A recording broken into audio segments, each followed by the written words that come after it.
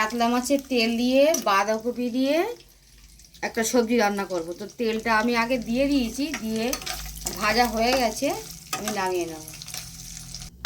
কড়ার মধ্যে আমি অল্প একটু তেল দেবো, অল্প তেল দেবো, যেহেতু এটা মাছের তেল দিয়ে করবো তাই জন্য তেল একটু অল্প দেবো।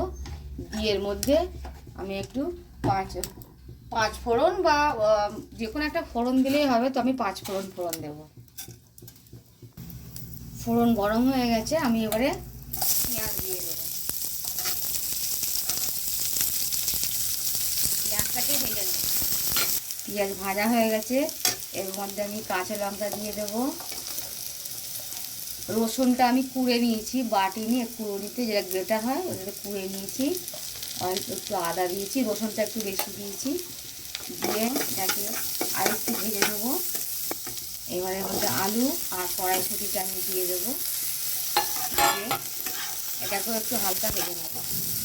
তো আলু পেঁয়াজ লঙ্কা ভাজা হয়ে গেছে, রসুন টসুন দিয়ে আমি ভেজে নিয়েছি।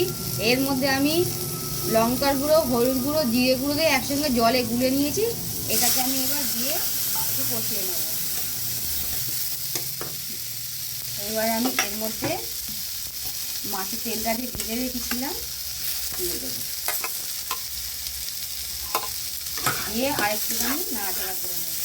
মশলা দিয়ে কষানো হয়ে গেছে, আমি এবারে বাঁধাকপিগুলো দিয়ে দেবো, দিয়ে আমি ঢাকা দিয়ে দেবো।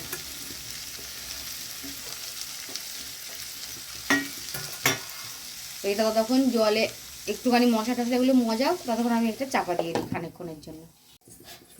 ঢাকনা খুলে দেখি এটা কত দূর হলো।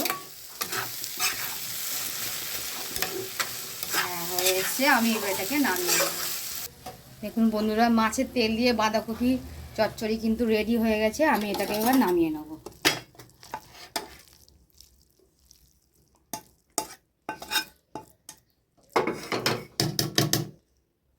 এর মধ্যে আমি একটু এবারে ধনেপাতা দিয়ে দিয়েছি। দেখুন বন্ধুরা, মাছের তেল দিয়ে একটা বাঁধাকপি আলু দিয়ে টমেটো দিয়ে খুব সুন্দর একটা রেসিপি হয়েছে। তো আপনারাও ঘরে ট্রাই করবেন। আর আমার ভিডিওটা যদি ভালো লাগে আপনারা লাইক কমেন্ট শেয়ার করবেন প্লিজ। Thank you.